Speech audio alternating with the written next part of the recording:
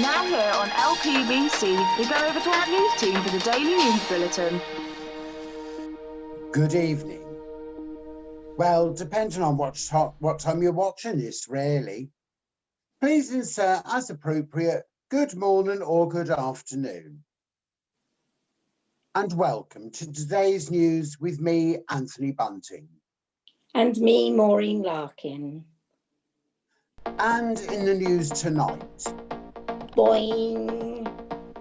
We'll be live from the coast of Great Yarmouth, where a ship carrying red paint has collided with a ship carrying purple paint. It is believed that both crews have been marooned. Bong. We will be reporting on the lorry of onions that has shed its load all over the A11. Motorists are advised to find a hard shoulder to cry on. Boing. We will also be talking to the insecticide maker who's just produced an aphrodisiac for flies. It doesn't kill them, but it allows you to swat them 2 at a time. But the main news tonight, following the dispute with the Domestic Servants Union at Sandringham House, today the Queen, a radiant figure in white silk gown and crimson robe, swept down the main staircase and through the hall. She then dusted the cloakroom and vacuumed the lounge. Sadly, today it was announced Mr. Herbert Gudge, the curator of Norwich Castle Museum Art Gallery, has passed away. He was famous for having his whole body tattooed with old masters. He had a Botticelli on his chest, a constable under each arm, a Monet down his front, a Whistler down his back, and the inscrutable smile of the Mona Lisa became a broad grin whenever he sat down.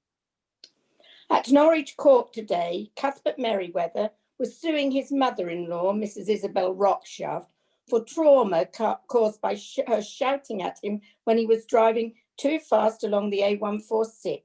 And to make matters worse, she swore at him while he was untying her from the roof rack. And it's over to Nick for our daily crime roundup. Over to you, Nick.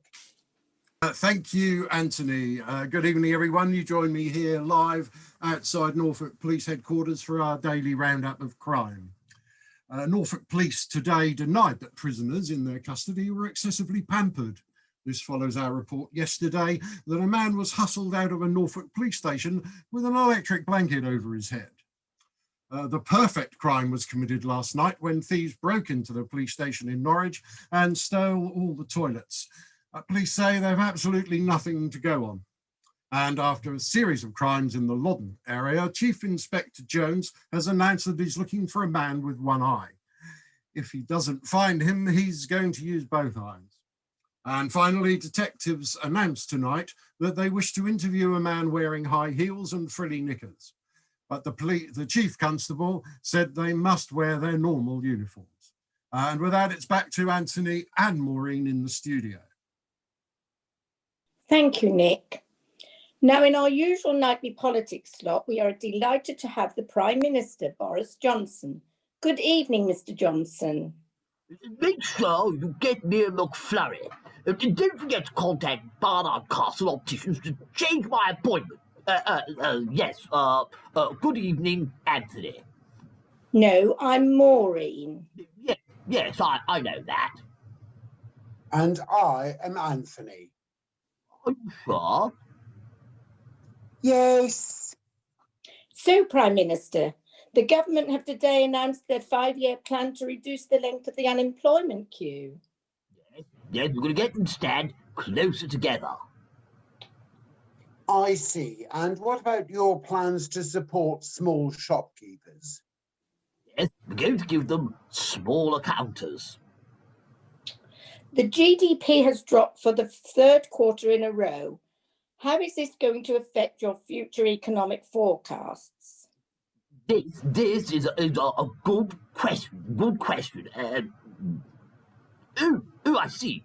You want me to answer it?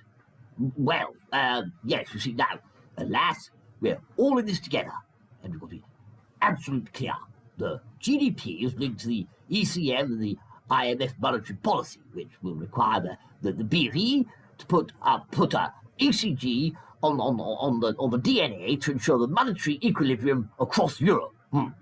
Ensuring the USB does not affect the CPU, causing a downturn in the FTSE 100. And it could all be riding on Fekitotori 330 Haydock. Do you not think this is a disaster for our economy? My government believes there are no disasters, only opportunities, and indeed opportunities for fresh disasters. And finally, Prime Minister, I believe your government are working on a plan to ensure we don't all suddenly become poor when we reach 60. Yes, we're going to make sure everyone is poor by the time they're 30.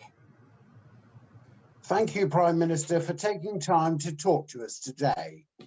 Always a pleasure, Maureen. I'm Anthony. Are you sure? Now over to Tony in the sports room. Who's been colouring in my picture of Mickey Mouse and spoilt my yellow crayons? Is that you, Rishi? Good evening. Hancock talk. And in the sports news tonight, in the transatlantic single-handed yacht race, Mr. Oscar Wilterton has been disqualified for using both hands.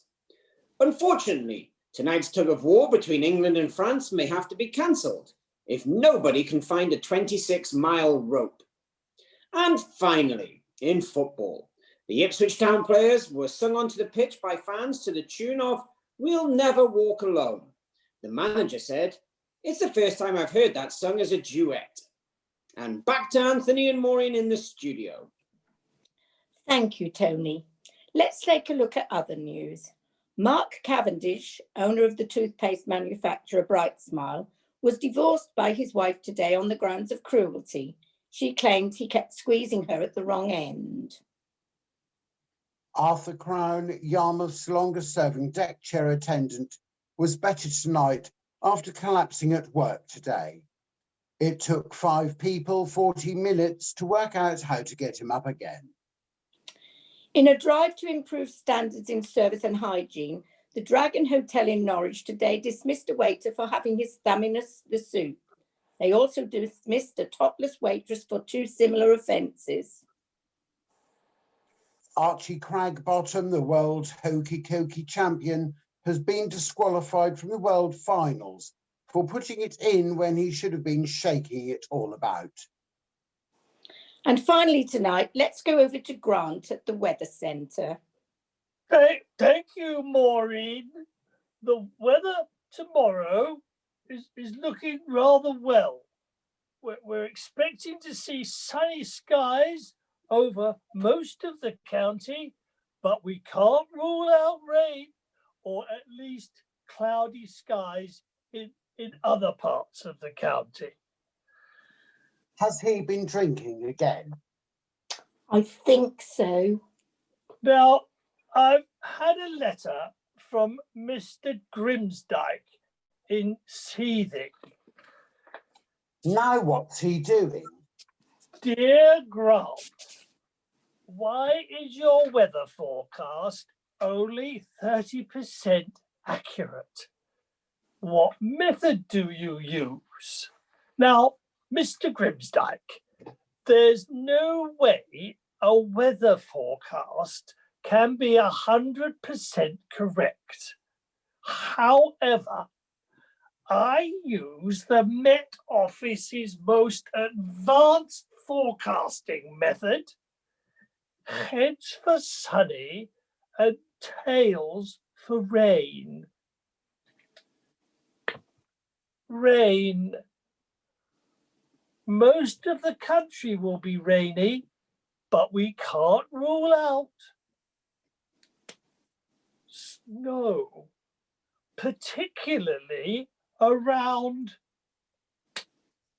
Loddon. People living in Rockland are warned about high winds.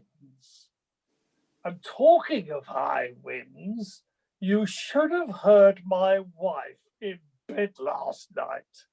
The duvet was I'm sorry, I think we have some technical issues there with Grant. And finally, tonight, we have a late piece of news just in. A cement mixer has collided with a prison van on the A146. Motorists are told to be on the lookout for 16 hardened criminals. And that is all from Loddon Players News for today. Please join us tomorrow when we'll be talking to Molly Jones, the Norfolk girl who took the pill, washed down with pond water, and was today diagnosed as 3 months stagnant.